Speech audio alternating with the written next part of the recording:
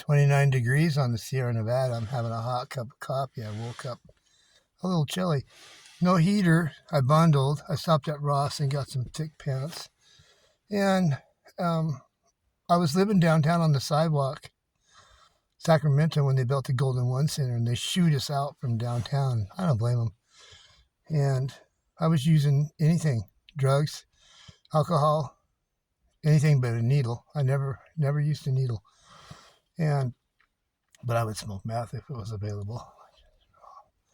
I preferred weed, that good old weed. But I woke up at Martin Luther King Jr. Village one morning, and how I got there was a chain of events. But I ended up there, and I was clean and sober in that moment. And I realized that this was a gift from God. And when you yoke to Jesus, it's that way every time. And I was receiving GA, food stamps, my rent was being paid. I needed nothing.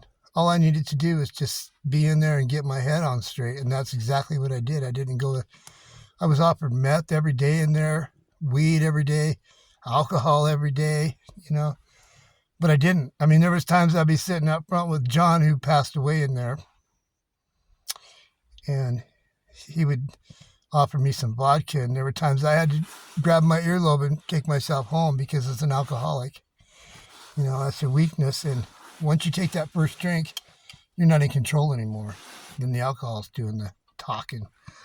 And so I knew better than that. And I managed to stay clean and sober in there 7 years. I did start using state weed after, I take that back. So after about 6 years, when they legalized weed, I started using state weed. And anyway, I just recently quit that 2 months ago. God removed it. And what I want to tell my brothers that I was thinking, how am I ever going to live without this? I've become so dependent on this weed. Now, when God says it's time, it's time. You don't look back, you don't miss it. He takes care of all that for us. Just like other things he removed out of my life that weren't healthy. I didn't look back. Wow, I'm so happy about that too, because it's,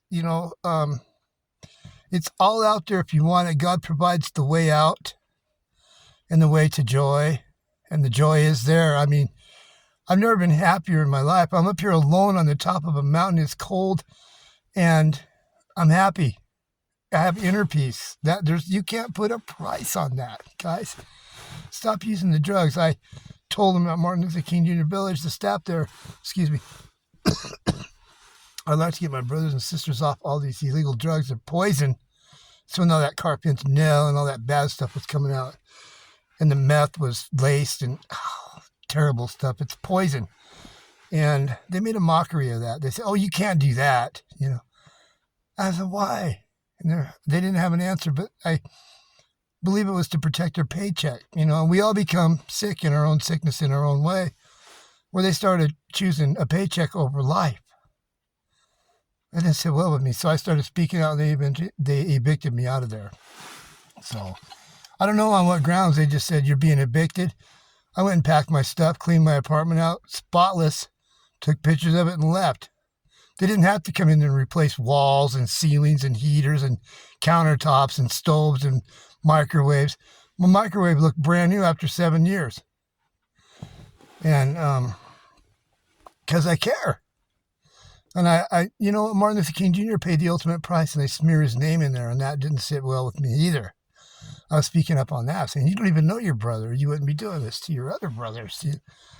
And so I prayed for my brothers and sisters that were stuck there that I left behind. And they're really good people. They have big hearts.